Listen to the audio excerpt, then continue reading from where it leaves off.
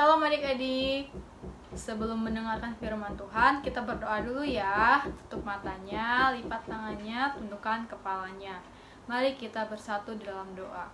Tuhan Yesus yang baik, terima kasih Tuhan untuk nafas kehidupan dan juga kesehatan yang Kau berikan kepada kami hingga hari ini. Tuhan, sebentar lagi kami ingin mendengarkan firman Tuhan. Kami undang Tuhan untuk hadir di tengah-tengah kami. Tuhan, kami sudah siap untuk mendengarkan firman-Mu Tuhan. Terima kasih Tuhan. Amin.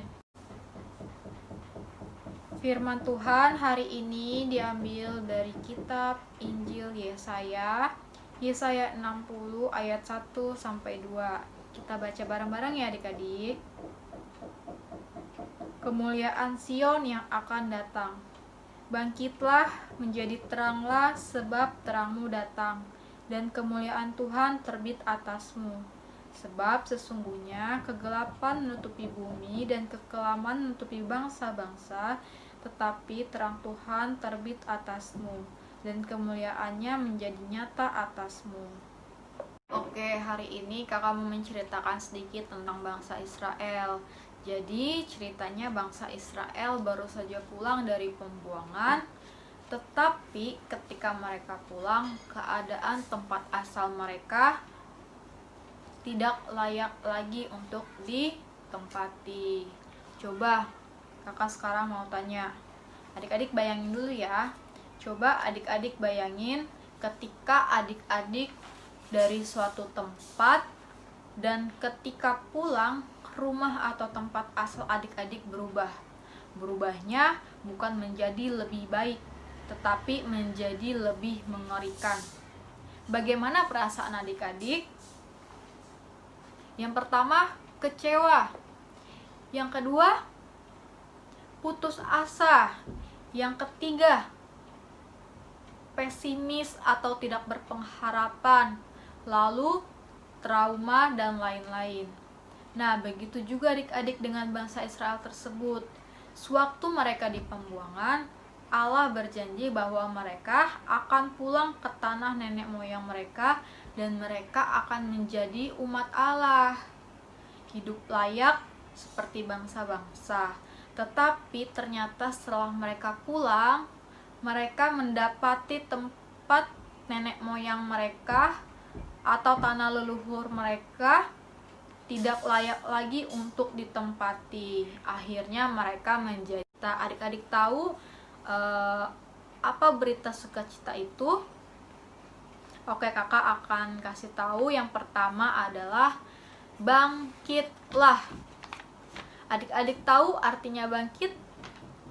Iya, bangkit artinya harus bersemangat.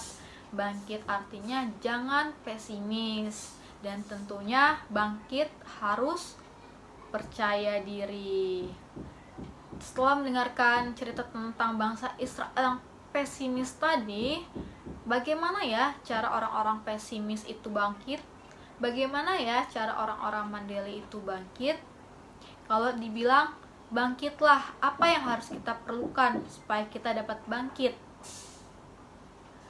Apa yang harus atau apa yang dibutuhkan dari diri kita supaya kita dapat bangkit? Apa ya adik-adik? Ya, yang harus diperbarui dari diri kita yaitu semangat kita, jiwa kita, pikiran kita, supaya kita dapat bangkit. Lalu, apa yang dapat menyehatkan jiwa kita ya adik-adik? Iya, yang dapat menyehatkan jiwa kita adalah firman Allah yang diperdengarkan. Jadi Tuhan masih berbicara dengan bangsa itu melalui nabinya.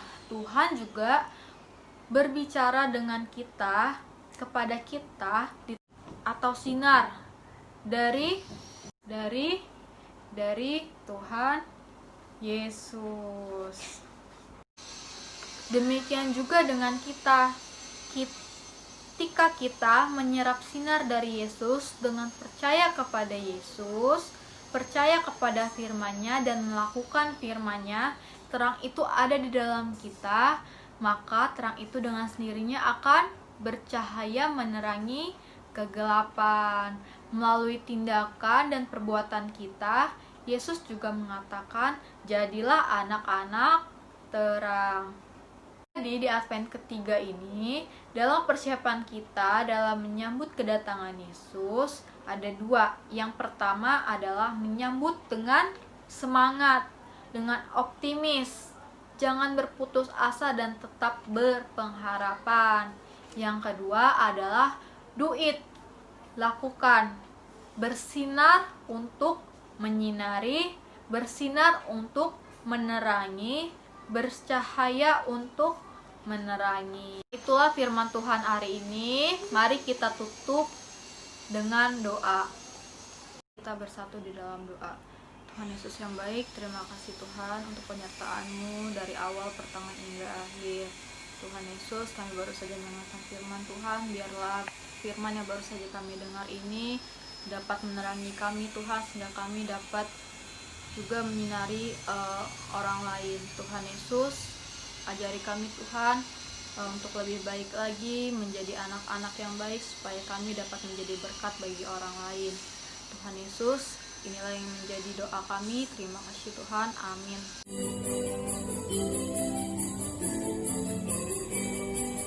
Selamat